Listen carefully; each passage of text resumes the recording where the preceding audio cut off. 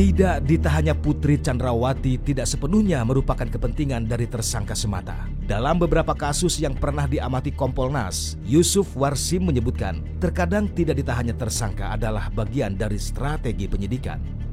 Saya ingin minta Pak Yusuf menanggapi Pak, karena saya sempat wawancara kemarin dengan beberapa pihak Pak.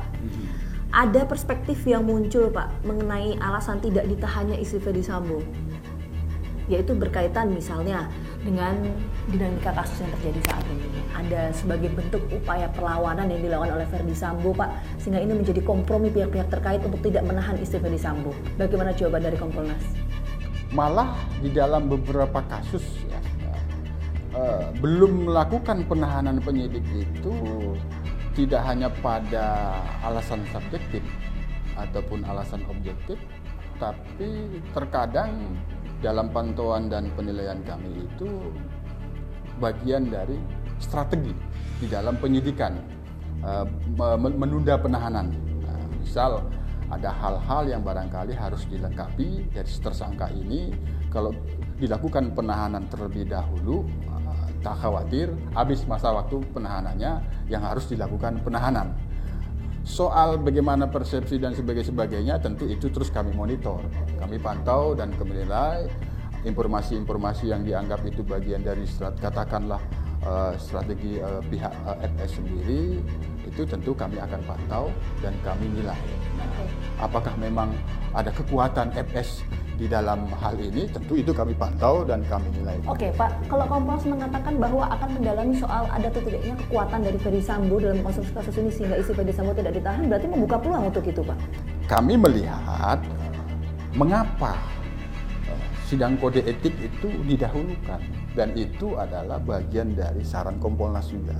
Kami sarankan agar penegakan kode etik itu didahulukan. Kasus ini bisa diungkap yang sebagaimana disampaikan oleh Pak Kapolri kemarin atau beberapa waktu lalu, itu karena kekuatan kewenangan yang ada dimiliki FS itu sudah dicopot. Oke, makanya pelanggaran kode etik atau sidang kode etik yang didahulukan, Pak. Makanya itulah kami sarankan yang bersangkutan disidangkan, apabila itu pelanggarannya berat, berikan dia hukuman seberat-beratnya, tentu sebagaimana dalam kode etik ya PTDH. Artinya pada saat ini sesungguhnya FS itu berdasarkan sidang komisi kode etik sudah di PTDH. Kami sarankan mendahulukan penegakan kode etik agar seluruh kewenangan yang dimiliki oleh FS itu lucut. Namun demikian menurut Ketua Indonesian Police Watch, tidak ditahannya Putri Chandrawati merupakan bagian dari kompromi dengan kekuatan Ferdy Sambo. Oke, jadi apa kemudian resiko, kalau menurut kita bicara dalam konteks resiko ya Pak Sugeng ya, apa kemudian resikonya jika Putri Chandrawati ini ditahan oleh polisi? Oh, dia akan kalah.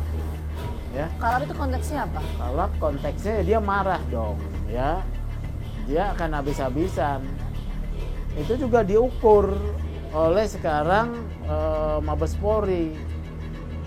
Kalau misalnya ditahan, kemudian Sambo melakukan serangan frontal, kan terbuka semuanya. Ya. Apakah ada kaitannya dengan konsorsium perlindungan 303 atau dugaan rahasia-rahasia lain?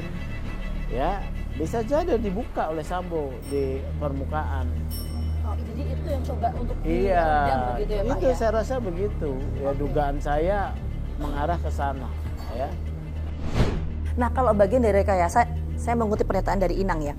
Resikonya apa sih Inang kalau sampai pada akhirnya istri Ferdy Sambo ini ditahan kalau menurut Inang? Resikonya mungkin kesepakatan dilanggar, Sambo akan bernyanyi lagu yang tidak merdu. Sebagai Kadif Propam dan sebagai Kepala Satgasus Merah Putih, dia punya banyak daftar. Siapa saja melakukan apa, menerima apa, yang menurut saya merupakan kartu truf bagi dia.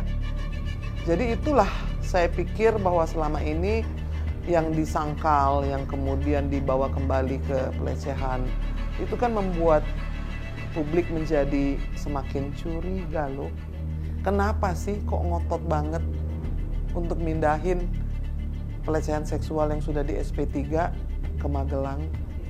ini jangan-jangan bukan hanya peristiwa pertama, terjadi pembunuhan, terjadi obstructions of justice, lalu kemudian semua ikut membantu untuk menutupinya.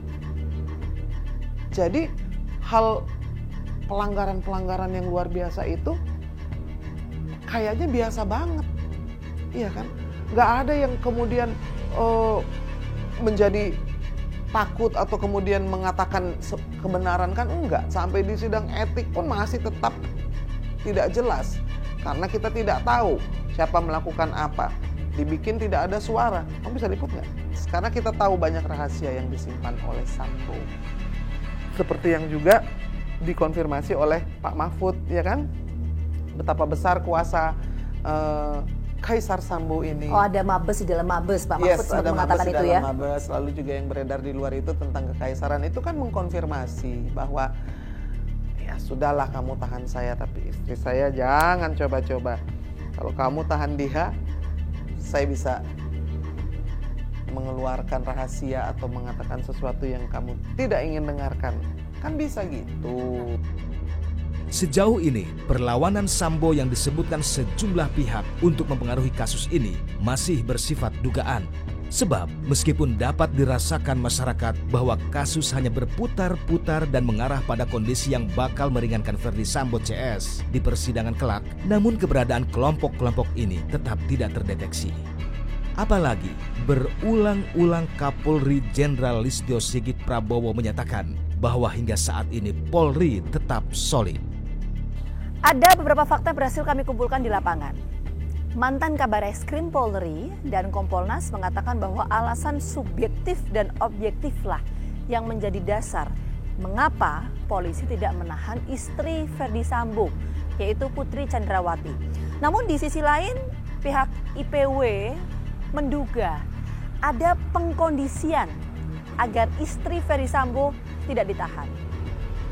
Tentu kita akan tunggu perkembangan penyidikan atas kasus ini, termasuk juga kasus yang menjerat istri Verdi Sambo.